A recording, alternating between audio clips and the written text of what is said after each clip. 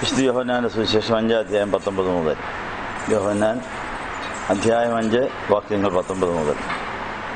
ആകയാൽ യേശു അവരോട് ഉത്തരം പറഞ്ഞത്, ആമേൻ ആമേൻ ഞാൻ നിങ്ങളോട് പറയുന്നു, പിതാവ് ചെയ്തു കാണുന്നതല്ലാതെ പുത്രനെ സ്വതവേ ഒന്നും ചെയ്യുവാൻ കഴിയില്ല. അവൻ ചെയ്യുന്നതെല്ലാം പുത്രനും അവണ്ണം തന്നെ ചെയ്യുന്നു. പിതാവ് പുത്രനെ സ്നേഹിക്കുകയും താൻ ചെയ്യുന്നത് ഒക്കെയും അവന് കാണിച്ചു കൊടുക്കുകയും ചെയ്യുന്നു. നിങ്ങൾ ആശ്ചര്യപ്പെടുമാറ് ഇവയിൽ വലിയ പ്രവൃത്തികളും അവന് കാണിച്ചു കൊടുക്കും. പിതാവ് മരിച്ചവരെ ഉണർത്തി ജീവിപ്പിക്കുന്നത് പോലെ പുത്രനും താൻ ഇച്ഛിക്കുന്നവരെ ജീവിപ്പിക്കുന്നു.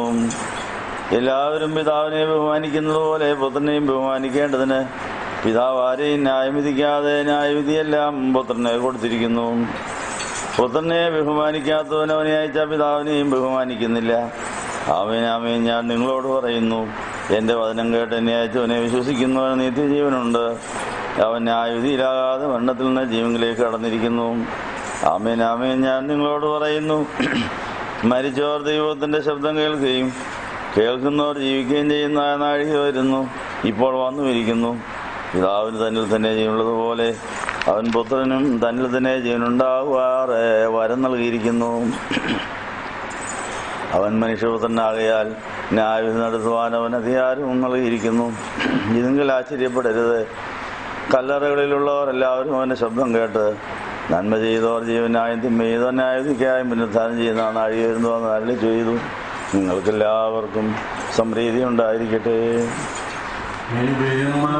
സ്നേഹിക്കപ്പെട്ടവരെ, കർത്താവിന്റെ ജനനപ്പെരുന്നാളിന് വേണ്ടി നമ്മൾ ഒരുങ്ങുന്ന കാലം, യോഹന്നാൻ സ്നാപകന്റെ ജനനത്തിന്റെ വാർത്തയെ സക്കറിയാവിന് കിട്ടിയ കാലം നമ്മൾ ധ്യാനിച്ചു.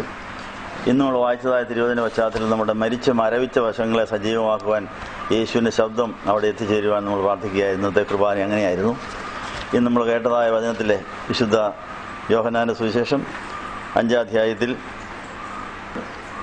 ആമേൻ ആമേൻ ഞാൻ നിങ്ങളോട് പറയുന്നു, യോഹന്നാൻ 5:25, മരിച്ചവർ ദൈവത്തിന്റെ ശബ്ദം കേൾക്കുകയും കേൾക്കുന്നവർ ജീവിക്കുകയും ചെയ്യുന്ന നാഴിക ഇപ്പം വന്നുമിരിക്കുന്നതാണ് പറയും. അപ്പോൾ കടന്നു പോകുന്ന മിനിറ്റുകളിൽ യേശുവിൻ്റെ ജീവിപ്പിക്കുന്ന ശബ്ദം കേൾപ്പിക്കുവാനാണ് വിശുദ്ധ കുർബാന ആരാധന. അപ്പോൾ ലാസറിനെ ഉയർപ്പിച്ച കർത്താവ് ഇന്ന് ഈ സങ്കേത ഭവനത്തിൽ വന്ന് ഈ വിശുദ്ധ കുർബാനയിൽ എഴുന്നള്ളി കർത്താവിൻ്റെ തിരുശരീര രക്തങ്ങൾ വഴിയായി മരവിച്ച വശത്തെ ജീവിപ്പിക്കുന്ന ശബ്ദം നമ്മൾ കേട്ടിരിക്കുന്നു. ഈ കർത്താവിൻ്റെ വചനം നമ്മൾ അങ്ങനെ സമൃദ്ധിയായ ജീവൻ തരാനാണ് കർത്താവ് വന്നിരിക്കുന്നത്.